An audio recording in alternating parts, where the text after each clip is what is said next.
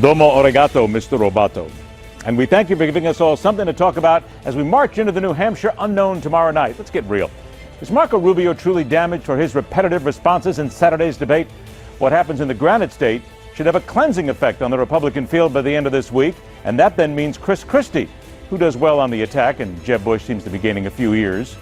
But it's more about votes at this point. It's about showing everybody the money. So as socialist Sanders continues to leave real doubt about the eventual coronation of Her Majesty Queen Hillary, there lurks in the shadows the figure of one man who said he would not run, but soon may have no choice if the Democrats want to save their skins. And we have truly reached a critical point in our societal development when a good portion of America truly has no clue what to make of a puppy monkey baby. And people are angry about a fetus that seems to have a hankering for corn chips. What's going on here? We're seeking to deny or confirm the breaking news that Cam Newton just got sacked. Again. Strap on the helmet. I'm Ed Berliner. This is The Hardline for Monday, February the 8th, 2016.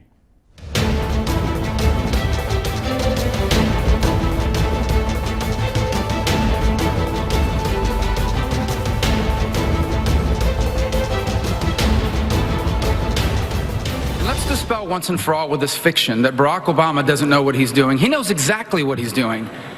We are not facing a president that doesn't know what he's doing. He knows what he is doing. Let's dispel with this fiction that Barack Obama doesn't know what he's doing. He knows exactly what he's doing. Anyone who believes that Barack Obama isn't doing what he's doing on purpose doesn't understand what we're dealing with here. The deadliest thing in American politics has to be where the voters come to a realization that the person they're following is nothing more than a one-trick pony. All it takes sometimes is that one crack in the veneer and the bottom falls out no matter how much momentum one has. Therein lies the case for the junior senator from Florida, because no matter how good Marco Rubio looked in the Iowa aftermath, he is now suddenly the relative youngster who has been exposed by the New Jersey governor.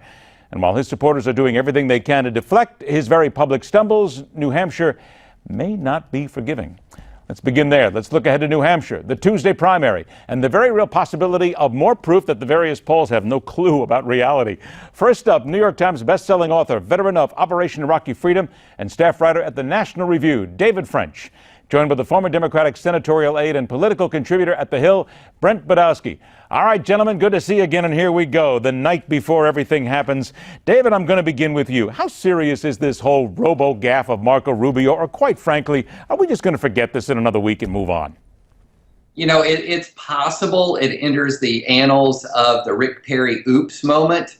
It's possible that it just goes away like the memory of Mitt Romney's halting, stumbling debate in 2012 prior to the South Carolina primary. I tend to think, after I've seen it a couple of times, that it might be more in the line of the Rick Perry moment. I think we've already seen some stalling in the polls in New Hampshire. And the problem was it played into a narrative, this Marco bot narrative, that his critics had been trying to establish, which is such a shame because actually, Senator Rubio is an incredibly thoughtful, independent thinking person. He's not a robot. He went back to talking points again and again, so much so that when I was watching it real time, I thought, is something wrong here? Is something wrong with him?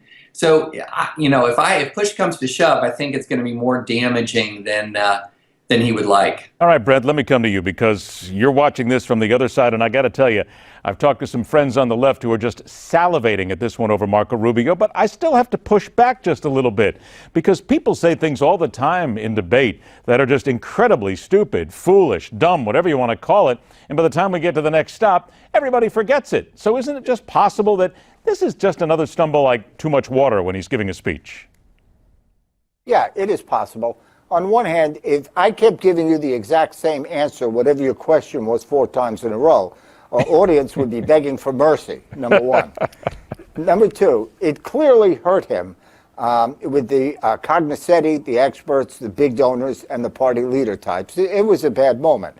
I am not at all sure how much it hurt him in New Hampshire. That remains to be seen. I believe this is the most unpredictable primary in my memory. I think the top 5 positions are all up for grabs. Trump probably wins, but it's not clear by how much, a lot or a little. I think the next 4 could go anywhere. The guy I'm watching is John Kasich. I'm watching to see how well Rubio does. I'm watching to see how much Bush's coming to life attacking Trump has gained. And I think Cruz could come in 2nd or 4th or 5th. It is totally unpredictable. Right now, there are probably people in New Hampshire, even watching this show while we're chatting, and they're sitting there saying, honey, who do you think you're going to go for? Or, sweetie, to the kids, what do you think about all this? And I think it's so Wild West, so undecided, so volatile, that any prediction right now is perfectly useless. I do think it hurt Rubio, but how much remains to be seen. The guy I'm watching is Kasich. All right. Now, David, there's two things here that I think a lot of people are missing. First of all, I thought Chris Christie, who had practiced for this moment, did a masterful job going after Marco Rubio. He nailed it. He waited for it. He got everything that he wanted. And nobody's really talking about it. Nobody was really mentioning him. And let's put on top of that the fact that the polls tell us that Donald Trump has got this massive lead and Chris Christie's all the way in fifth or sixth or 7,000th place. And Iowa proved that the polls are basically useless, David. We got two things here that everybody's avoiding. Well, look, I mean, Marco Rubio served up Chris Christie a hanging curveball. I could have hit that one. I mean, so let's not exaggerate Chris Christie's masterfulness here. I mean, Marco Rubio's response was inexplicable. Anyone could have capitalized on that. And second, let's not get carried away with Chris Christie. He is Donald Trump's mini-me. He is a guy who has a record that is well to the left of most GOP voters. He has nominated liberal judges. He has a vindictive streak a mile wide. He's not going to travel well out of New Hampshire.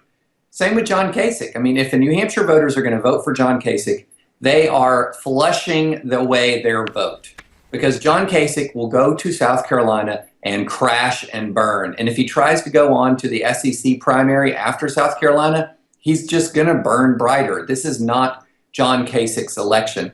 So Christie and Kasich, I don't think, have a long-term future here, except to muddy the waters in the immediate aftermath in New Hampshire, continue to tear down at viable candidates, and continue to feed and fuel their own ambition. All right, let's go ahead and muddle the waters a little bit more here if we can, Brent. And I got to stay on the right because right now it's a thing everybody is watching. Let's talk about those polls again. Jeb Bush is angry, says this is a fractured party. The Wall Street Journal this morning, Jeb Bush and family face dynasty face moment of truth in New Hampshire. People keep talking about the fact that Jeb Bush is slowly starting to eke his way up the poll just a little bit. Brent, is it possible, maybe, that this is Jeb Bush's moment? Or are we kidding ourselves again? Oh, I think the Journal is right. It is a make or break moment. I think it is certainly possible. I have my doubts that Christie helped himself as much as he hurt Rubio, but I see a possibility for Kasich in New Hampshire. It's up to New Hampshire voters. I see a possibility for Rubio holding on or falling back. I do see a possibility that Jeb Bush's attacks in the last 72 hours on Trump, he was strong in the debate. He just obliterated Trump on eminent domain. It is certainly possible. I think, again, I don't believe anything in the polls right now about New Hampshire. I think it is a total free-for-all, totally unpredictable, totally up for grabs. And I think between Bush, Kasich, Rubio, all of them could surprise up or down.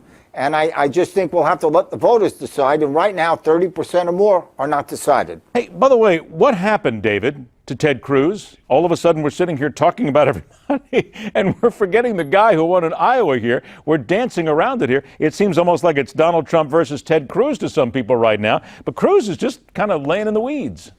You know, I was just about to say Ted Cruz could sneak into second place here. I mean, if you have the three governors and Rubio being brought down to earth, the three governors splitting a lot of that establishment vote that New Hampshire is famous for, you could have Ted Cruz finishing second place with Trump, with them both being 1-2 in Iowa and New Hampshire, going into South Carolina, which are states set up for Trump-Cruz battles, going into the SEC primary, which is set up for a Trump-Cruz dynamic.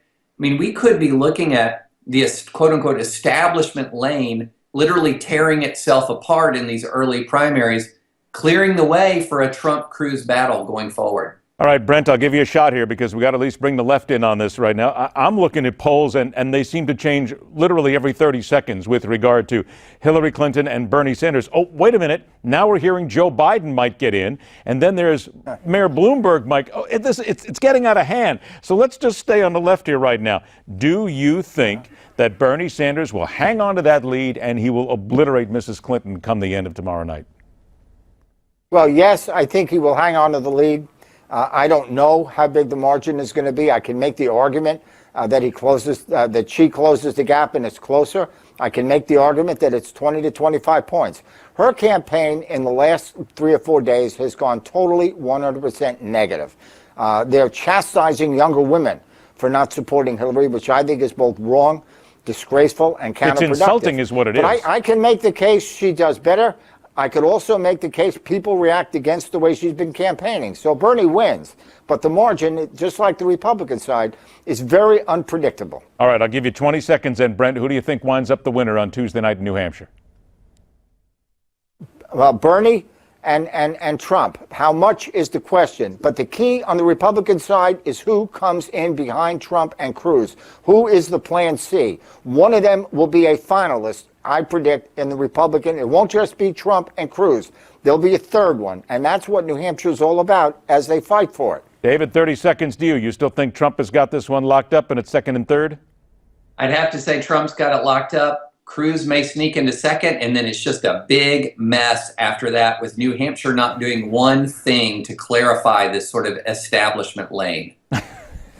Gentlemen, every time we meet, it just gets more and more entertaining with these polls. And I've already heard people say that Donald Trump will not win tomorrow night. So you're all down on record. Brent Budowsky, David French, gentlemen, always a pleasure. Thanks so much for joining us. Now, let's remind you, make sure that you join us tomorrow night, because we will be covering the New Hampshire primary with up-to-date reports, up-to-the-minute reports. Make sure you join us Tuesday night, 8 o'clock Eastern time, right here on Newsmax.